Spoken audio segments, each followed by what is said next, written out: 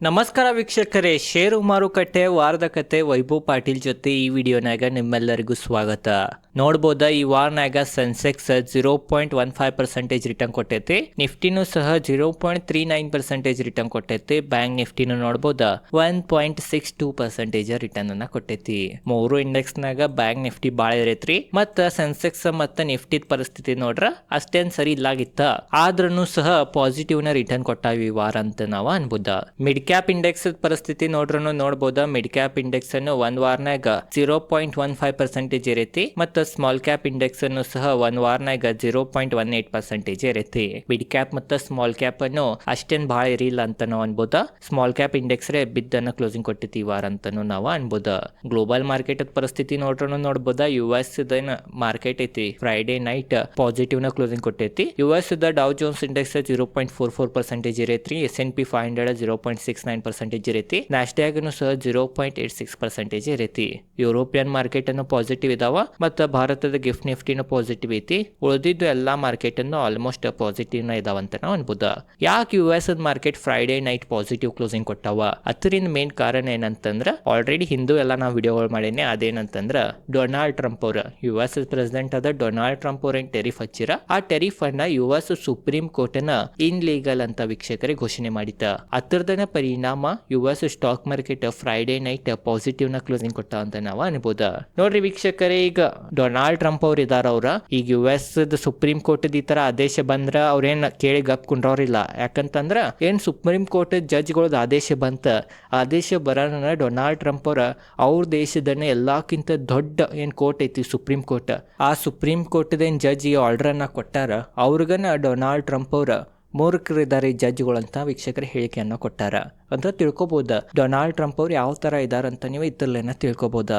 ನೋಡ್ರಿ ವೀಕ್ಷಕರೇ, ಅದ ಕಾರಣ US ಸುಪ್ರೀಂ ಕೋರ್ಟ್ ಈ ತರ ಜಜ್ಮೆಂಟ್ ಬಂದ್ರನ್ನು ಡೊನಾಲ್ಡ್ ಟ್ರಂಪ್ ಅವ್ರ ಮತ್ತೆಲ್ಲಾ ಜಗತ್ತದ ದೇಶಗಳ ಮ್ಯಾಗ 10% ಟೆರಿಫ್ ಹಚ್ಚಿರಿ.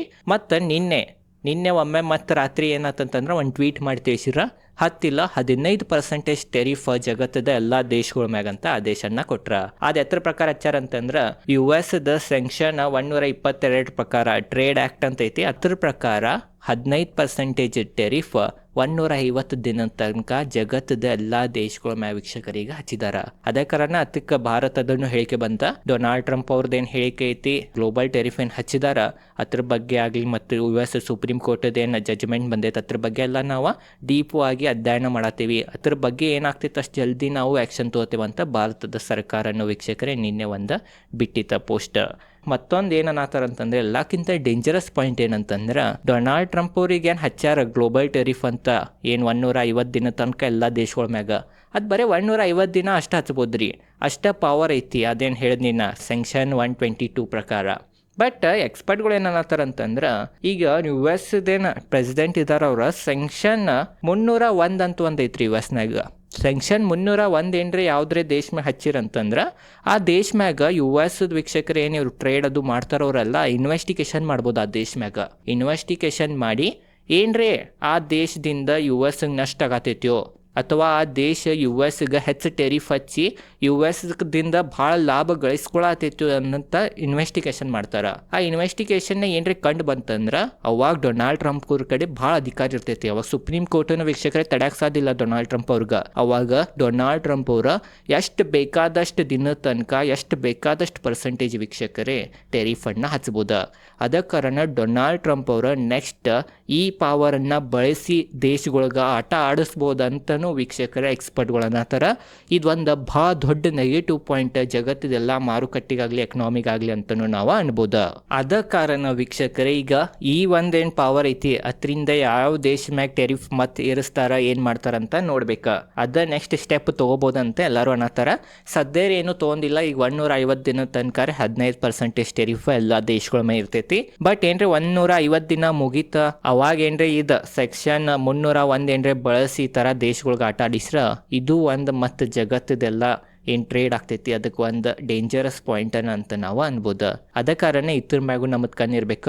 ಓವರ್ ಆಲ್ ಭಾರತಕ್ಕೆ ನೋಡ್ರ ಅಷ್ಟೇನ್ ವೀಕ್ಷಕರೇ ಟೆನ್ಷನ್ ಇಲ್ಲ, ಯಾಕಂದ್ರೆ ಆಲ್ರೆಡಿ ಭಾರತ US ಏನು ಗೋರ್ಮೆಂಟ್ ಐತಿ ಅದ್ರ ಕೂಡ ಮಾತುಕತೆ ನಡೆಸೈತಿ. ಟ್ರೇಡ್ ಡೀಲೂ ಆಗೈತಿ ಈಗ ಆಲ್ಮೋಸ್ಟ್ 15% ಡೊನಾಲ್ಡ್ ಟ್ರಂಪ್ ಅವರನ್ನ ತೊಗೊಂಬಂದಾರ. ಮೊನ್ನೆ ಮೀಡಿಯಾದವ್ರಿಗೂ ಕೇಳಿರ ಇಂಡಿಯಾ ಮ್ಯಾಗೇನ್ ಈಗ ಟ್ರೇಡ್ ಡೀಲ್ ನೀವು ಮಾಡಿರಿ, ಏನ್ 25% ಟೆರಿಫ್ ಭಾರತ್ ಮ್ಯಾಗ ನೀವು ಹಚ್ಚಿರಿ, ಅದನ್ನ 18% ತೊಗೊಂಬಂದಿರಿ, ಅದನ್ನ ಮತ್ತೆ ಏರಿಸ್ತೀರೋ ಏನೋ ಅಂತ ಮೀಡಿಯಾದವ್ರು ಡೊನಾಲ್ಡ್ ಟ್ರಂಪ್ ಅವ್ರಿಗೆ ಕ್ವಶನ್ ಮಾಡಿರ. ಅವಾಗ ಡೊನಾಲ್ಡ್ ಟ್ರಂಪ್ ಅವ್ರು ಏನು ಆನ್ಸರ್ ಮಾಡಿರ ಅಂತಂದ್ರೆ, ಮೋದಿ ನಂದು ಗ್ರೇಟ್ ಫ್ರೆಂಡ್ ಇದಾನ, ಇಂಡಿಯಾನು ಒಂದು ಒಳ್ಳೆ ದೇಶ ಐತಿ, ಮತ್ತು ಏನೀಗ ನಾವು ಡೀಲ್ ಮಾಡೇವಿ ಅದ್ರಾಗ ಭಾರತನ ನಮಗೆ 18% ಟೆರಿಫ್ ಕೊಡತೈತಿ. ನಾವು ಭಾರತಕ್ಕೆ ಏನು ಕಳಿಸ್ತೇವೆ ವಸ್ತುಗಳ ಅದ್ರ ಮ್ಯಾಗ ಏನೂ ಟೆರಿಫನ್ನ ಇಲ್ಲ, 0 ಟೆರಿಫ್ ಐತಿ.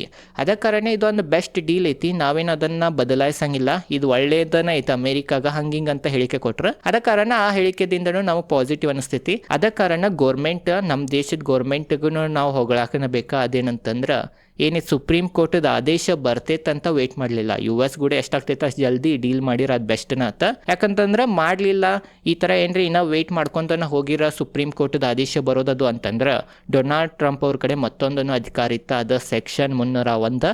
ಅದ ಕಾರಣ ಆ ಅಧಿಕಾರರೇ ಭಾರತದ ಮ್ಯಾಗ್ರೆ ಬಳಸಂಗಿಲ್ಲ ಅಂತ ನಮಗೆ ಈಗ ಸದ್ಯರೇ ಅನ್ಸತೈತಿ. ಮುಂದೆ ಏನಾಗ್ತೈತಿ ಅಂತ ಡೊನಾಲ್ಡ್ ಟ್ರಂಪ್ ಅವ್ರ ಮ್ಯಾಗನ ವೀಕ್ಷಕರೇ ಬಿಟ್ಟಿದ್ದ, ಅವ್ರು ಏನು ಆ್ಯಕ್ಷನ್ ತಗೋತಾರೆ ಏನಂತ. ಯಾಕಂತಂದ್ರೆ ಈ ವ್ಯಕ್ತಿಗೆ ಪ್ರಿಡಿಕ್ಟ್ ಮಾಡೋದ ಭಾಳ ಕಠಿಣ ಐತಿ. ಅದ ಕಾರಣ ಮುಂದೆ ಏನಾಗ್ತೈತೆ ಅಂತ ನೋಡ್ಬೇಕು. ಇನ್ನು ಮಾರುಕಟ್ಟೆ ಮ್ಯಾಗ ಅನ್ಸರ್ಟಿನಿಟಿ ಐತೆ ಅಂತ ನಾವು ಅನ್ಬೋದ. ಬರೀ ಈಗ FI ಡ್ಯಾಶ್ ಡೇಟಾ ನೋಡ್ಬೋದ. FIs ಫೆಬ್ರವರಿ 1 ತಾರೀಕಿಂದ 20 ತಾರೀಕು ತನಕ 2011 ಕೋಟಿ ಸೆಲ್ಲಿಂಗ್ ಮಾಡ್ಯಾರ. ನೋಡ್ಬೋದು ಎಷ್ಟು ವಾಲ್ಯೂಮ್ ಕಡಿಮೆ ಆಗೈತೆ ಅಂತ FIsದ. ಏನು ಈ ತಿಂಗಳ ಎಂಡ್ ತಕ್ಕ 5,000ದಿಂದ 10,000 ಕೋಟಿ FIs ಸೆಲ್ ಮಾಡ್ತೀರ, ಈಗ ಬರೀ 2,000 ಕೋಟಿ ಸೆಲ್ ಮಾಡ್ಯಾರ. ಅದ ಕಾರಣ ಇದು ಒಂದು ಒಳ್ಳೆಯದನ್ನ ಭಾರತದ ಮಾರುಕಟ್ಟೆಗೆ ಅಂತ ನಾವು ಅನ್ಬೋದ. ಮತ್ತು DIs ನೋಡ್ಬೋದು 14,111 ಕೋಟಿದ ಬೈಂಗ್ ಮಾಡ್ಯಾರ. ಅದ ಕಾರಣ ಇದು ಒಂದು ಪಾಸಿಟಿವ್ನ ಅಂತ ನಾವು ಅನ್ಬೋದ. ಮತ್ತು ನಾವು ಗೋಲ್ಡ್ ಪ್ರೈಸ್ ನೋಡ್ಬೋದು. ಗೋಲ್ಡ್ ವೀಕ್ಷಕರೇ ಮತ್ತೆ ರೀತಿ ಗ್ಲೋಬಲ್ ಮಾರ್ಕೆಟ್ನಾಗ ಏನು ಗೋಲ್ಡ್ $5,000 ಕೆಳಗೆ ಬಂದಿತ್ತು, ಈಗ ಮತ್ತೆ $5,000 ಮ್ಯಾಗ ಹೋಗೈತಂತ ನಾವು ಅನ್ಬೋದ. ಗೋಲ್ಡ್ ಈ ತರ ಇರಾಕ್ ಮೇನ್ ಕಾರಣ ನಿಮ್ಮ ಎಲ್ಲರಿಗೂ ಗುರ್ತನೇ ಇರ್ಬೋದ.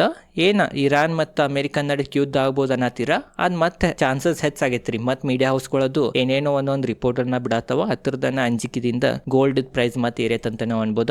ಸಿಲ್ವರ್ನು ಸಹ ಮತ್ತೆ $82 ಅಂತಂದ್ರೆ $80 ಮ್ಯಾಗ ಟ್ರೇಡ್ ಮಾಡತೈತಂತ ನಾವು ಅನ್ಬೋದ. ಭಾರತದಾಗನು ನೋಡ್ಬೋದ 10 ಗ್ರಾಮ್ ಗೋಲ್ಡ್ 24 ಕ್ಯಾರೆಟ್ ಪ್ರೈಸ್ $1,60,000 ಮ್ಯಾಗ ಐತ್ರಿ. ಮತ್ತು ಬಿಟ್ಕಾಯಿನ್ ನೋಡ್ಬೋದು $70,000 ಕೆಳಗೆ ಬಂದೈತಿ. ಸದ್ಯ $67,967 ಟ್ರೇಡ್ ಮಾಡತೈತಿ. ಬಿಟ್ಕಾಯಿನ್ ಅದ್ ಪರಿಸ್ಥಿತಿ ಭಾಳ ಕೆಟ್ಟೈತೆ ಅಂತ ನಾವು ಅನ್ಬೋದ. ಮತ್ತು ನಾವು ಯಾವುದೇ ಹಾಲಿಡೇಸ್ ನೋಡ್ರೆ ಯಾವುದೋ ಹಾಲಿಡೇಸ್ ಇಲ್ಲ, ಮಾರ್ಕೆಟ್ ವೀಕ್ಷಕರೇ ಓಪನ್ ಅನೇ ಇರ್ತೈತಿ ಮುಂದಿನ ವಾರ ಎಲ್ಲ. ಓವರ್ ಆಲ್ ನೋಡ್ರಿ ಮೇನ್ ಏನಂತಂದ್ರೆ ಇನ್ನ ಮಾರುಕಟ್ಟೆನ ಕೆಲವೊಂದು ಅನ್ಸರ್ಟನಿಟಿ ಇದ್ದಾವ. ಅದ್ರಾಗ ಮೇನ್ US ಮತ್ತು ಇರಾನ್ ಯುದ್ಧ ನಡೀತೈತೋ ಇಲ್ಲೋ ಅದ್ರ ಮ್ಯಾಕನ್ ಇರ್ಬೇಕಾ. ಮತ್ತು ಡೊನಾಲ್ಡ್ ಟ್ರಂಪ್ ಅವ್ರು ಇದೇನು ಸುಪ್ರೀಂ ಕೋರ್ಟ್ದಿಂದ ಬಂದಿದ್ದ ಆದೇಶ ಐತಿ, ಅದರಿಂದ ಮತ್ತೆ ಸಿಟ್ಲೆ ಯಾವುದ್ರೆ ಮತ್ತೆ ಸ್ಟೆಪ್ ಅನ್ನ ತಗೋತಾರೋ ಇಲ್ಲೋ ಅಂತ ಅದ್ರ ಮ್ಯಾಗೂ ನಮ್ಮದು ಕಣ್ಣಿರ್ಬೇಕಾ. ಏನೂ ತೋಲಿಲ್ಲ, ಯುದ್ಧನೂ ಆಗ್ಲಿಲ್ಲ ಅಂತಂದ್ರೆ ಖಂಡಿತವಾಗಿ ಮಾರುಕಟ್ಟೆ ವೀಕ್ಷಕರೇ ಚಲೋ ರಿಟರ್ನ್ ಫ್ಯೂಚರ್ನ ಕೊಡ್ತೈತಂತ ನಾವು ಅನ್ಬೋದ. ಓವರ್ ಆಲ್ ಒಬ್ರು ಹೂಡಿಕೆದಾರರಾಗಿ ನಾವೇನು ತಿಳ್ಕೊಬೇಕಂತಂದ್ರೆ ಮಾರುಕಟ್ಟೆ ಒಳ್ಳೆ ರಿಟರ್ನ್ ಕೊಡ್ತೈತಿ, ಬಟ್ ಪ್ರತಿ ವರ್ಷ ಇಷ್ಟ ಫಿಕ್ಸ್ ರಿಟರ್ನ್ ಕೊಡ್ತೈತಂತ ಏನೂ ಗ್ಯಾರಂಟಿ ಇರಂಗಿಲ್ಲ ಮಾರುಕಟ್ಟೆನಾಗ. 10 ವರ್ಷ ಏನೂ ಕೊಡೋಲ್ದ ಒಮ್ಮೆ 11ನೇ ವರ್ಷ 10 ವರ್ಷದೆಲ್ಲ ಬಡ್ಡಿ ಸಕಟ್ ಒಮ್ಮೆ ಕೊಟ್ಟು ಬಿಡ್ಬೋದ್ರಿ. ಆ ಥರ ಸ್ಟಾಕ್ ಮಾರ್ಕೆಟ್ ವೀಕ್ಷಕರೇ ನಡವಳಿಕೆ ಇರ್ತೈತಂತ ನಾವು ಅನ್ಬೋದ. ಆ ನಡವಳಿಕೆಯನ್ನ ನೀವು ಸರಿಸ್ಕೊಳ್ಳೋ ತಾಕತ್ತಿದ್ರ, ಅದೇನ್ರಿ ನಿಮ್ಮ ಕಡೆ ಪವರ್ ಇದ್ರೆ ಖಂಡಿತವಾಗಿ ನೀವು ಮಾರುಕಟ್ಟೆನ ವೀಕ್ಷಕರೇ ಲಾಂಗ್ ಟರ್ಮ್ ತನಕ ಇರ್ಬೋದ.